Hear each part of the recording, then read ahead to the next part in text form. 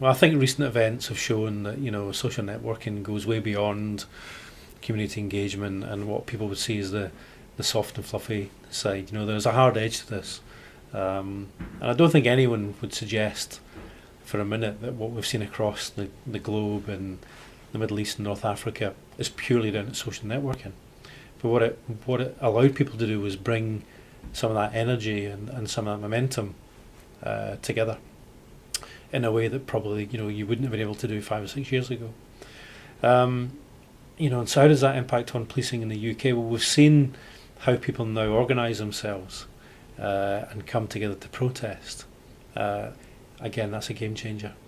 So we've moved away now from people having to write to the police or local authority, expressing their wish to do whatever and give all sorts of notice, and people now don't do that.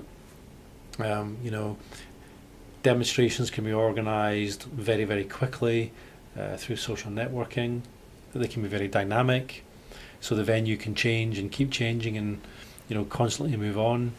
It can be hard to pinpoint an organiser because of the way social networking, again, it's very dynamic. So again, the way the police have had to adapt their public order tactics, social networking has been quite impactful. So Suki, for example, is, as you say, Polly puts the kettle on, Suki takes it off again.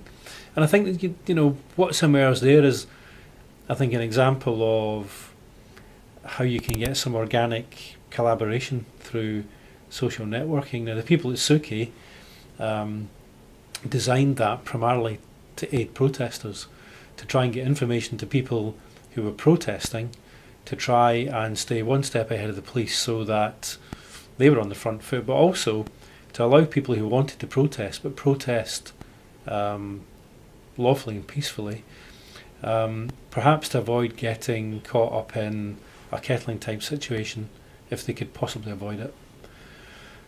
I think what's grown from that, though, is a willingness to work both from the police and from the people involved in Suki to try and work together so that there's better coordination of communication both from the police and from protesters.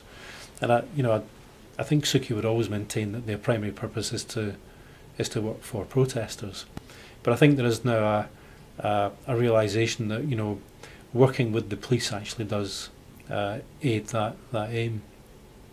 And we are now seeing, I think, much better collaboration between the police and organisations like Suki in terms of sharing appropriate, timely, relevant information, and it gives people choice.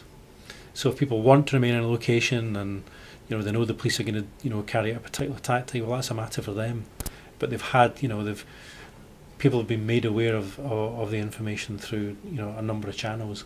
But I think Suki has evolved, and I think their attitude towards probably working with the police and the police's attitude towards working with groups like Suki will continue to evolve. And I think, if anything, the police need to become probably a little bit more relaxed and less risk averse about working with groups such as Suki and being more open, because I do think there's a win-win there. Always recognising that there's always going to be different objectives between the groups.